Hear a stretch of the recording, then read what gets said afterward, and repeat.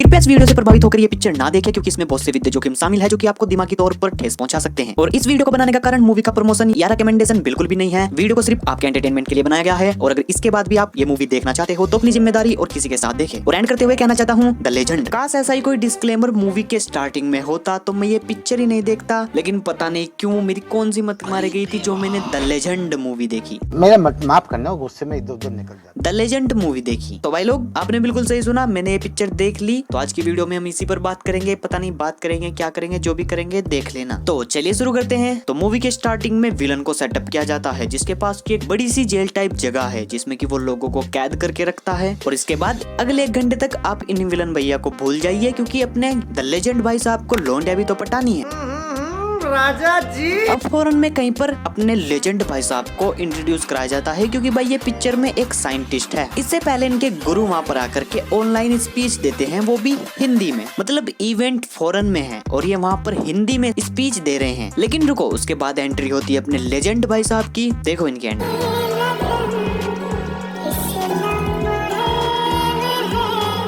भाई साहब the legend का चलने का स्टाइल, मैंने ये सीन देखा और लिटरल पागल हो गया। ऐसे लगा कि शाहरुख खान ने बहुत ज्यादा गुटखा पान और सिगरेट विगरेट पी लिया और अपना ये हाल बना लिया। भाई बंदे के कपड़े अच्छे लग रहे हैं लेकिन छोड़ो यार क्या बोलूं बस मैं। इसके बाद अपने लेजेंड जाते हैं स्टेज पर और ये भी वहाँ पर जाकर के हिंदी में ही स्पीच देनी स्टार्ट कर देते हैं। तो इवेंट फॉरेन में हो रहा है और ये एक साइंटिस्ट होते हुए हिंदी में स्पीच दे रहे हैं। चेक, आगे कोई भी इंडियंस नहीं बैठा हुआ है। चेक, आगे सब फॉरेनर्स बैठे हुए हैं जिनको घंटा हिंदी समझ में नहीं आती है। चेक, और ये सब तो ठीक है, जो आगे फॉरेनर्स बैठे हुए हैं स्माइल पास कर रहे हैं, चीयर्स कर रहे हैं, चाहे उनको घंटा समझ में नहीं आ रहा है कि बंदे ने बोला क्या है। अगर मैं इन गोरी से पूछूं कि कहाँ इतना मुस्कुरा रही हो, कुछ समझ में आया है? अबे घंटा समझ में आ रहा है, उन्होंने $5 दिए थे हंसने के और मैं हंस रही हूँ। ये पैसे कमा रहे हैं। इसके बाद अपने लेजेंड भाई साहब इतनी सारी जॉब वॉब सब छोड़ करके आते हैं अपने गांव में क्योंकि इनको सुधार करना है। जिसके बाद की गांव वाले इनका धूमधाम से स्वागत करते हैं और इतना बड़ा वाला हार पहनाते हैं कि भाई मेरे को लगा कि निकाल लो यार, गर्दन में लचक आ जाएगी। इसके बाद जो गाँव के चच्चा लोग होते हैं वो अपने लेजेंड से पता है क्या कहते हैं, सुनो। विदेश से आए हो तो एक टोकरी लेकर आना चाहिए था ना। चच्चा को चाहिए रसियन। कैसी अपमानजनक बातें कर रहा है लड़का, ये अश्लील है ये लोंडा। लेकिन चच्चा को कहाँ पता कि अपने लेजेंड घाट घाट का पानी पी चुके हैं, तभी तो हालत ऐसी है और अभी इनको अपने गांव का पानी पीना है। समझ रहे हो, समझ रहे हो। जिसके बाद की मूवी में एंट्री होती है पहली हीरोइन की, जो कि भाई इन्होंने आते ही एक बात अच्छी बोली, तेरी गाड़ी के अंदर जो बैठा है वो बता। फिर क्या था, इसके बाद अपने लेजेंड भाई साहब इतनी सुंदर कन्या को देखकर फिसल जाते हैं और लाइन मारना स्टार्ट कर देते हैं। और यहाँ पर अपने लेजेंड के एक्सप्रेशन देखो। जब पहली बार कैमरा इन पर जाता है तो स्माइल वाला एक्सप्रेशन चेक, दूसरी बार इन पर कैमरा जाता है तो फिर से स्माइल चेक, इसके बाद फिर इन पर कैमरा जाता है तो स्माइल इज कंटिन्यू चेक, और फिर जब एंड में इन पर कैमरा जाता है तो इस बार स्माइल नहीं करते हैं चेक।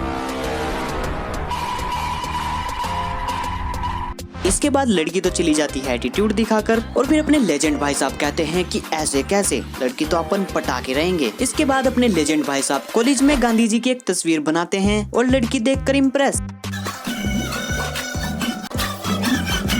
भाई ऐसे लड़कियां इम्प्रेस होती तो मैं पूरा बोर्ड छाप देता। और अगले 1 घंटे तक इनकी लव स्टोरी ऐसे ही कंटिन्यू रहती है, शादी वादी भी करते हैं। और उसके 1 घंटे के बाद मूवी की एक्चुअल स्टोरी स्टार्ट होती है जिसमें कि अपने लेजेंड भाई साहब का एक दोस्त है जिसको कि शुगर की बीमारी है, जिसमें कि वो मर जाता है। फिर लेजेंड भाई साहब ठान लेते हैं कि अब ये शुगर की दवाई बना करके ही दम लेंगे। तो कोई और होता तो बहुत टाइम लगता ऐसी दवाई बनाने में, लेकिन अपने लेजेंड भाई साहब एक ही गाने में बना लेते हैं और उनमें उनकी वाइफ भी हेल्प कर रही है, वो भी बिजनेस एनालिटिक्स की बुक पढ़ते हुए।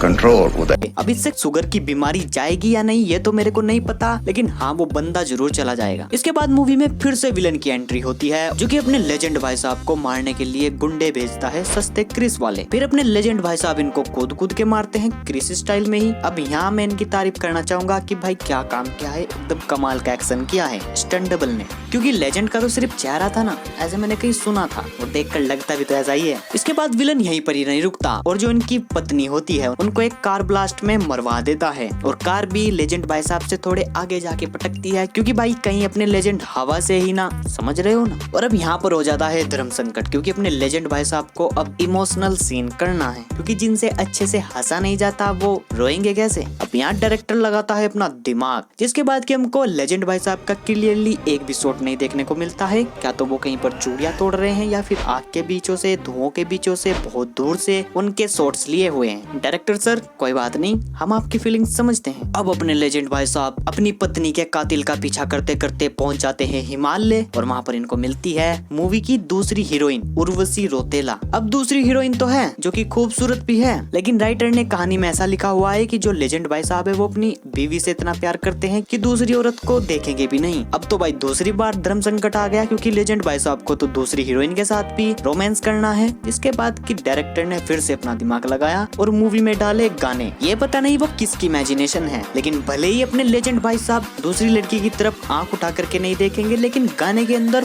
पूरा रोमांस करेंगे। जिसके बाद कि ये सब देखने के बाद मेरे को गुड्डू भैया का वो डायलॉग याद आ गया, जिंदगी हो तो ऐसी हो, जिंदा तो झांट के बाल भी। और भाई इसके बाद मैंने पिक्चर यहीं तक ही देखी, क्योंकि मैं पिक्चर देखते देखते सो गया। और अब आगे देखेंगे कभी ऐसे कुछ गंदा देखने का मूड करेगा तो, और डिपेंड करता है इस वीडियो के रिस्पॉन्स पर भी। तो अगर आपको ये पसंद आया हो तो लाइक कर देना, और मे बी पार्ट 2 भी आ सकता है। और चैनल पर नए हो सब्सक्राइब कर लेना। मैं मिलता हूँ आपको अगली वीडियो में। जय हिंद, वंदे मातरम।